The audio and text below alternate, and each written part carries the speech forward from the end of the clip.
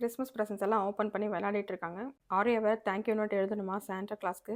கேட்ட மாதிரியே ப்ரெசென்ட் வந்துருச்சுன்னு சொல்லிட்டு நான் அப்படியே இப்படி சிக்கன் பிரியாணியும் கொஞ்சம் சிக்கன் வறுவலும் பண்ணலான்னு வந்துட்டேன். எனக்கு எப்பவுமே வெளியில சிக்கன் பிரியாணி சாப்பிட்றத விட வீட்டில் என்னோட ஸ்டைலில் நான் பண்ண சிக்கன் பிரியாணி தான் ரொம்ப பிடிக்கும். மசாலால ஊற வச்சு சிக்கன், அளவான இஞ்சி பூண்டு சாந்து, பெரிய கையளவு பொடியாக கட் பண்ண ஃப்ரெஷ்ஷான புதினா, கரெக்டான அளவு ஊற வச்ச ரைஸ் அண்ட் கரெக்டான அளவு தண்ணி, நெய் ஊற்றி தாளிக்கும் போது அதில் போடுற கொஞ்சம் கேஷ்யூ நட், இது எல்லாத்தோட சேர்த்து நம்ம லவ் அண்ட் அஃபெக்ஷன்.